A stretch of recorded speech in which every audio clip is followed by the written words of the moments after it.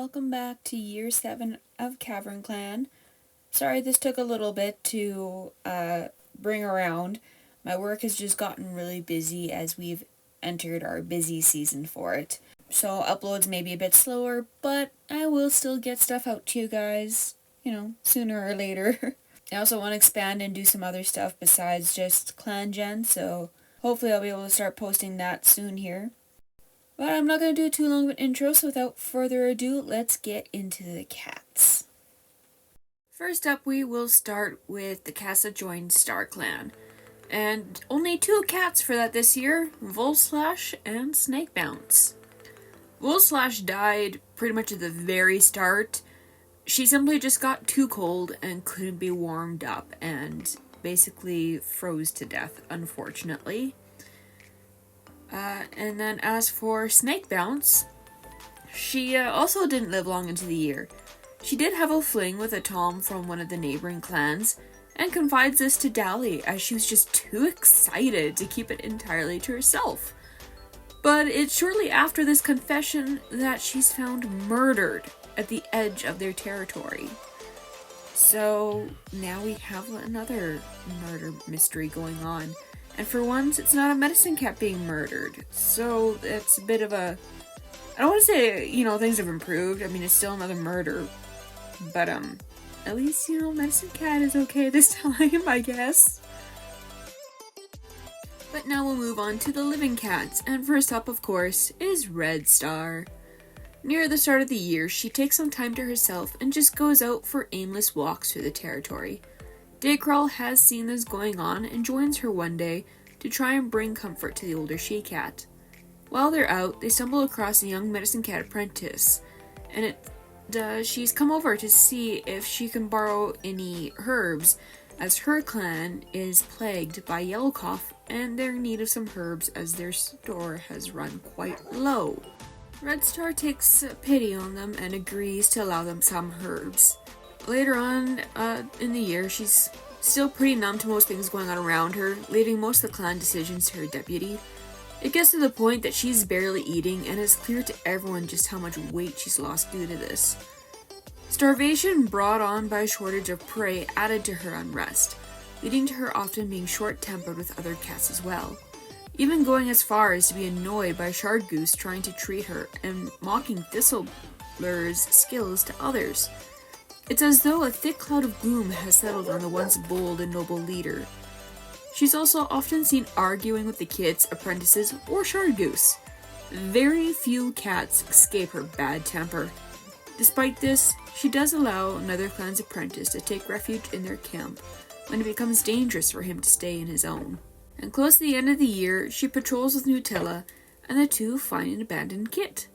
They rush it back to keep it from freezing, and thankfully it survives. A small spark of life starts to return to her, but it seems the cause of the spark is Nutella. And now for some exciting news. Branchholly and Nutella became mates, so they are being drawn together here.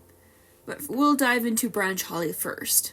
Her workload is ever increasing, and she's getting rather annoyed with Redstar, but doesn't have time to address the leader about it. Instead, she's working as hard as ever. This leads to her broken leg healing weaker than it should have been, as she wasn't able to get all the rest that was needed. A sense of dread for the future fills her as things go on. She can see the change in her mother more than any other cat, and she's worried about where things will go. But regardless of what happens, she'll always support her mother and leader. In between all her hard work, she finds some time to herself and Nutella.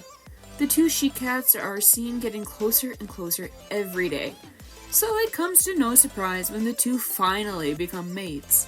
While the 2 she-cats are out on a romantic stroll, they hear a small cry in the wind. They follow the sound and spot a kit in trouble. Branchholly doesn't hesitate to leap to the rescue, and while she does save the kit, she ends up falling down the small cliff the kit had nearly slipped over. She once again breaks a leg. The rest of the year is spent with her being grateful for her new mate and the adorable kit they adopted together. Sure, she's injured, but enough good has happened to brighten her outlook on life once more. Not much has changed for Nutella. She's still bitter and glaring at cats around the clearing at any given time. Most tend to avoid her at this point, not really sure why she seems to have a thorn in her side most of the time. Despite her bad temper, she's still filled with dread when she stumbles across Snakebounce's dead body. She can't help but feel this is a bad omen of things to come. Carefully taking hold of the dead cat's scruff, she drags the body back to camp so that the clan can sit vigil for their murdered clanmate. After that, Nutella feels as though she needs to play things a bit differently. She starts to put on a friendlier face and even flirts a fair bit with the deputy, Branchholly. Little does anyone know, but she's also slowly weaving herself into Redstar's heart as well. One way or another, Nutella plans to find her way near the top of the clan hierarchy, so we shall see where that leads. She agrees to be Branchholly's mate and adopts a kit with her, putting on a show of being a loving parent and mate. But at night, slipping away in secret to go on moonlit strolls with Redstar. Now for the medicine cats, and of course we have Daycrawl up first. And while she misses Volslash, Daycrawl manages to still be the same warm and comforting figure for her clanmates to rely on as always. Though while she has kindness and compassion for others, she does turn away other medicine cats who ask to borrow herbs. She allowed the first one as it was for a clan plagued by yellow cough, but the others seem to just be trying to bleed her dry of herbs for no good reason. She does, however, take some time to hang out with a loner outside of clan territory and teach him how to heal other cats. She's hoping that her brothers and the other Toms sent out of her clan will be safer if there is a traveling loner that would be willing and able to heal them should they need it. At one point, while she's out with Chargoose collecting herbs, they hear voices on the wind. When they follow it, she's dismayed to see a queen near death while struggling to give birth. The two healers work hard to save the queen and manage to bring her and the kids back to camp. It's thanks to their hard work that the cats do heal and the queen, Fawnfur, decides to join their clan. She ends the year with hearing voices from StarClan cats. While it's not the first time, they do sound different than usual. So she travels to the special medicine cat meeting place in order to speak with their warrior ancestors. It's there that she's given a warning. A dark cloud looms ahead, storm hidden in sight. Ice will renew the clan. After her is Chargoose, and she's glad to finally receive her full name at the start of the year and continues to work to prove she can still be a full functioning member of the clan. There are a few times she gets a scratch in her lower body that she doesn't notice until the smell of infection setting in alerts her, and then she tends to it. She's grateful for the smell of herbs that cling to her. It helps her hide the frequent scent of infection from others. While she was upset about the change of path for her life, she's slowly coming to terms with it. As that's happening, she's also starting to enjoy life more and is seen having some pleasant conversations with others. She even enjoys hanging around the kits from time to time as well. One thing she can't stand, however, is Redstar. She has a bad feeling about the leader and isn't pleased with how the older she-cat is handling clan affairs as of late. She can tell it's only a matter of time before the leader snaps. At the end of the year, she also receives a message from StarClan that she doesn't exactly understand just yet. Ice will shine like the stars. So something big must be coming for both medicine cats to be getting messages from StarClan. Chico starts the year off with complaining constantly about Snakebounce. Despite the other she-cat being one of the cats to save her, she can't stand her and always has something negative to say. It's thanks to the fact that she has a broken back that the clan doesn't suspect her of killing the other she-cat, but she's certainly not sad about the news either. Once she's healed, she wastes no time in getting into everyone's business. She loves to listen in on others' conversations and find out all the juicy gossip, just to turn around and spread it even more, adding in some of her own untrue rumors to the mix. The clan just barely tolerates her, and it's unknown if she'll be allowed to continue to stay there, or if she's causing enough trouble to potentially have her be the first she-cat to get exiled. Finding out about Snake Bounce's murder is a devastating blow for Thistleblur. The two had become close friends, and she can't believe the other cat is gone. While sitting at the vigil, she shares an embarrassing story about her former friend, missing her greatly and determined to find out who the killer is. At a few different points, she talks with cats outside the clan, loners and kitty pets alike, to see if they heard or saw anything suspicious that could be tied in with the murder. Not much is really said, and she gets dead ends. She isn't able to do much investigating as she ends up catching yellow cough and being confined to the camp once more to recover. She's tired of being sick all the time but can't seem to escape it, and wonders if she'll be stuck like this forever. Life is pretty laid back for Poppy Flick. She hangs out with different cats, managing to be on pretty much everyone's good side. Not much happens for her as she simply just goes with the flow of life. She does catch white cough at one point, but recovers nearly immediately. During her time in camp recovering, she does notice Redstar's actions a little more and starts to wonder what's really going on with the leader. And it's a fleeting thought as she's soon back to playing and babysitting the kids once she's healed.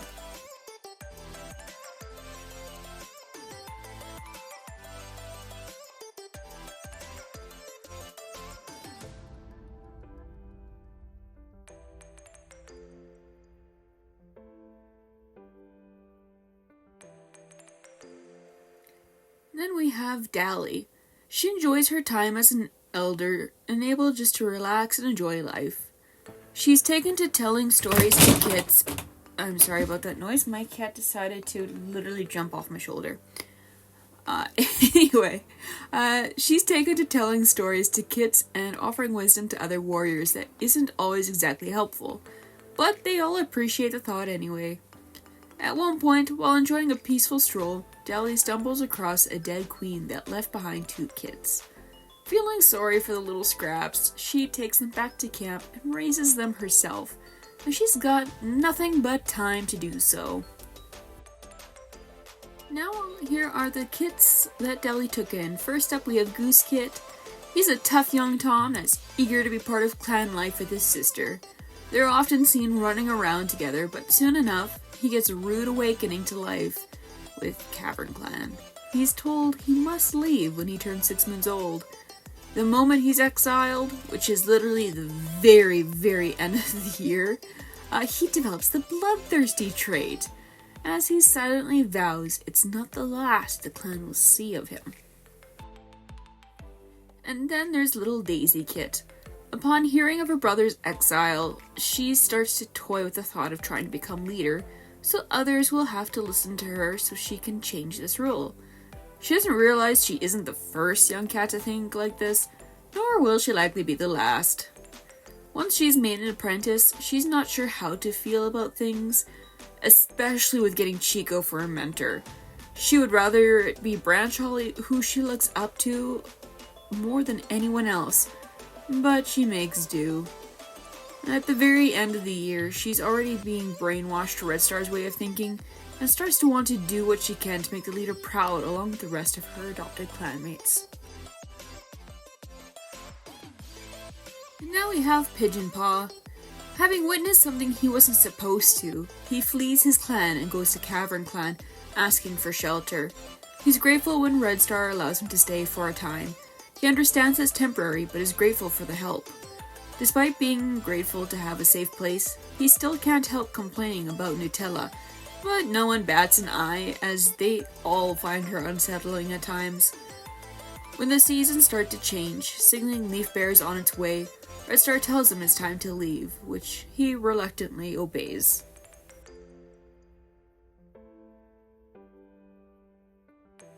And now we have Fawnfur and her kits. She was found by the medicine cats, bleeding out, and she's grateful to them for bringing her back to the camp and helping her and her kits survive. As she recovers, she learns about clan life, and ends up choosing to stay. Since she joined towards the end of the year, not much happens for her. She has a few small arguments with Jump Kit and Daycrawl, but gets along with everyone else just fine.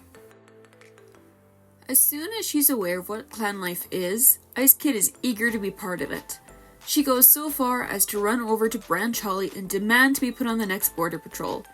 The deputy tells her one day she can, but for now, she needs to stay with her siblings in the nursery and look out for them. She takes this role very seriously. At 4 moons old, it's discovered that she's blind. It took them a bit to realize this, as she's able to detect where other cats are with her other senses to the point it seemed as though she could see. She even practices hunting bugs by listening for their little movements and scenting them. A much more skittish she-kit, Jump Kit is mostly only ever seen talking with her siblings. She's especially afraid of Redstar, as she earned the leader's wrath by accidentally getting in her way. Since the harsh scolding, she's done her best to avoid Redstar. Despite that, she dreams of becoming a warrior one day, though her mother worries she may be too soft for such a life. And then, finally, we have Flood Kit. Thinking very highly of herself, she often guards the nursery and has caught plenty of cats by surprise at her little ambush attacks. None of them take this seriously and purr in amusement, much to her disapproval. Everyone believes she'll make a fine warrior with the potential she shows already.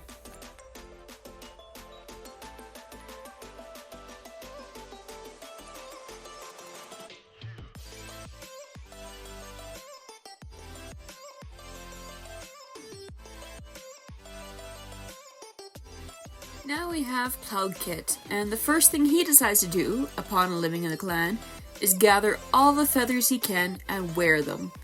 He's also the first to point out to other cats when they have feathers stuck to them as well, after eating a bird, and he collects all these feathers.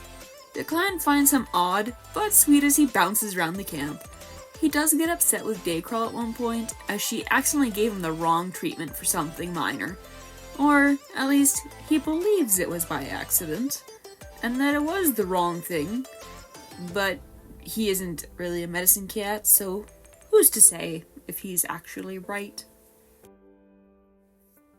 Found by Pigeon Paw, J-Kit is glad to be brought to somewhere safe, as the world was very scary to explore at only 3 moons old. Malnourished due to her time alone, she's quickly doted on by the older cats. Just as the year ends, she reaches 6 moons of age and is made an apprentice. Redstar decides to mentor her, which is a surprise to the clan, as Redstar hasn't shown much interest in mentoring cats as of late. Now we have Elm Kit, who is found by Branchholly and Nutella. She's brought back to camp, and the 2 she-cats adopted her, and she thrives under their care. As she grows, it quickly becomes clear she's a very inquisitive cat, with lots of energy, which tends to show with her love of chasing her own tail. She also admires the leader greatly.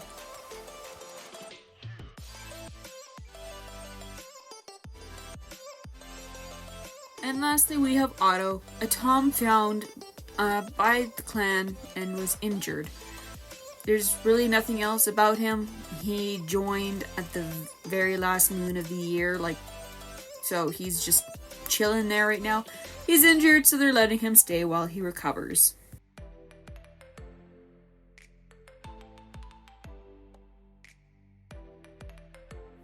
And so that brings us to the end of year 7 with Cavernclan. A lot has happened, yet not much at all. I feel like we're right on the cusp of stuff happening, especially the prophecies all of a sudden coming up, or the warnings from StarClan. And then also just how the other cats are doing. It should be interesting. I don't understand what's happening with Nutella and Redstar. That is very concerning to me. Especially considering Nutella has decided to be mates with Branchholly. So that's concerning. And then there's all those kits. There's so many kits this year. And it'll be interesting to see just how things go with them as they grow up. Yeah, there's not much else really to say. It's just kind of like what just happened kind of year. But I'm hoping that next year is going to reveal some stuff, and maybe Thistleblur can find out who murdered Snake Bounce, and, have all kinds of stuff revealed. But I guess it'll be a wait and see. I hope you guys join me for that. I'm sorry this took a while to get out. I'm just dealing with a bit of burnout with drawing cats. I'm working on getting around it, so these uploads might not be super frequent. I will upload more frequently. It's just there will be other videos in between. It's not going to all just be Clangen focused. So, yeah, you can look forward to that, seeing some other stuff starting to pop up. But thanks for joining me for today's little video. I hope to see you again next time. And I look forward to exploring these cat stories even more with you guys. Definitely leave a comment below as to what you think is going to happen and what you think is going on between Nutella and Redstar. But with that, I'm headed off, and I hope you all have a lovely day or night, whatever it is